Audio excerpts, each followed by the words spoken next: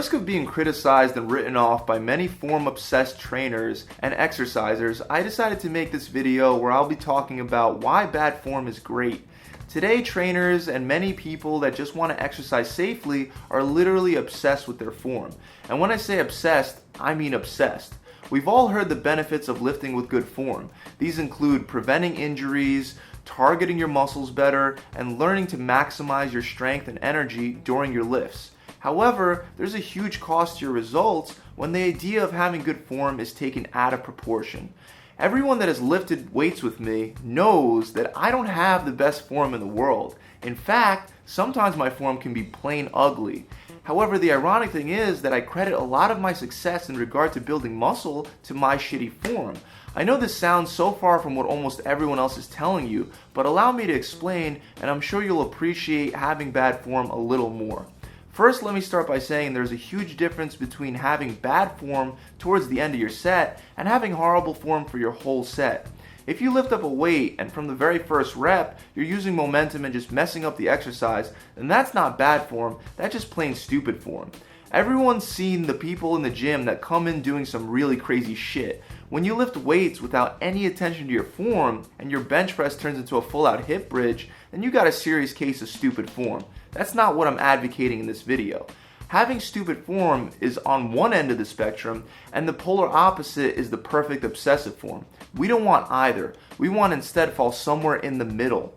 Perfect obsessive form is the guy that you see doing curls with the 15-pound dumbbells without flinching a single muscle other than his bicep. He'll lift up the weight, rep it out without any kind of struggle, and never have to do a single cheat rep. If he gets even close to cheating, he'll either stop the set short, lower the weight he's lifting, or do a combination of both. Unfortunately, there are a lot of trainers out there that fully endorse this perfect style of training. Now, unless this guy is on some serious steroids, just like the stupid form guy, he's not going to get the results he's looking for. And if he's a pure natural lifter, forget about it. Why? Because natural lifters need to lift heavy weight to grow their muscles larger and larger, and with heavy weight comes imperfect form. It comes with the territory. So what exactly do I mean by bad form? I mean that by the end of your set, the last 2 to 3 reps should look a little sloppy if you pick the right weight. Where the perfect form guy would stop and grab lighter weight, you keep going and take advantage of the reps that truly count. Muhammad Ali had a great quote that goes like this: "I don't count my sit-ups, I only start counting when it starts hurting. When I feel pain, that's when I start counting, because that's when it really counts." If you're doing everything with absolute perfect form, when you start feeling that fatigue Muhammad Ali is talking about, you're likely to end the set shortly afterwards, because soon after fatigue sets in, you start cheating. Unfortunately for the form perfectionists out there, the reps that count the most are the reps that you need to struggle with to complete. And there's no way you're going to truly struggle every set and maintain perfect form. To grow your muscles as a natural, you're going to have to take yourself out of your comfort zone. Whenever you step out of your comfort zone, there's going to be plenty of failure. And failure ain't pretty. The only way to have perfect form every set and every rep is to truly never push and challenge yourself. And if you don't push and challenge yourself, you're gonna hurt your results big time. If you look at most top bodybuilders and strongmen, you'll see that their form is far from perfect, especially when they get to the end of their sets. They know how valuable squeezing out those last couple cheat reps are.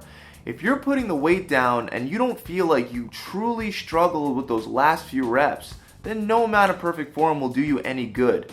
Another thing that I want to bring to your attention is that nobody even knows what truly perfect form is.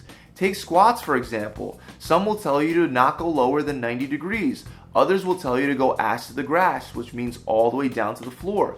Some people will tell you to keep your feet pointed forward. Others will tell you to point them slightly outward. Some will tell you to sit as far back on your heels as possible. Others will tell you to stay on the middle of your foot and not sit back on your heels. The bottom line of all this is, don't be the guy in the gym that comes in and lifts weights until he drops. And don't be the guy that screws up his whole set with momentum. That will increase your risk of injury and really impede your progress with muscle growth. By the same token, being the guy that never gets any cheat reps in and quits as soon as fatigue sets in will also impede your progress in regard to muscle growth. You want to be somewhere in the middle. Pick a weight that requires you to do cheat reps those last couple reps. Progressive overload is the factor that leads you to progress in both strength and muscle size. If there was no pushing yourself a little past the point of fatigue in your lifts, then the word would not even be used to describe this very necessary component for true gains. That's it, guys. I really hope you enjoyed this video. If you enjoyed this video, make sure that you subscribe to this channel where you can view more tips and tricks just like this one. Also, if you enjoyed this video, make sure you leave it a big thumbs up and comment down below. And if you'd like to work with me or one of my trainers online, you could visit my website. That's it. I'll see you guys next week.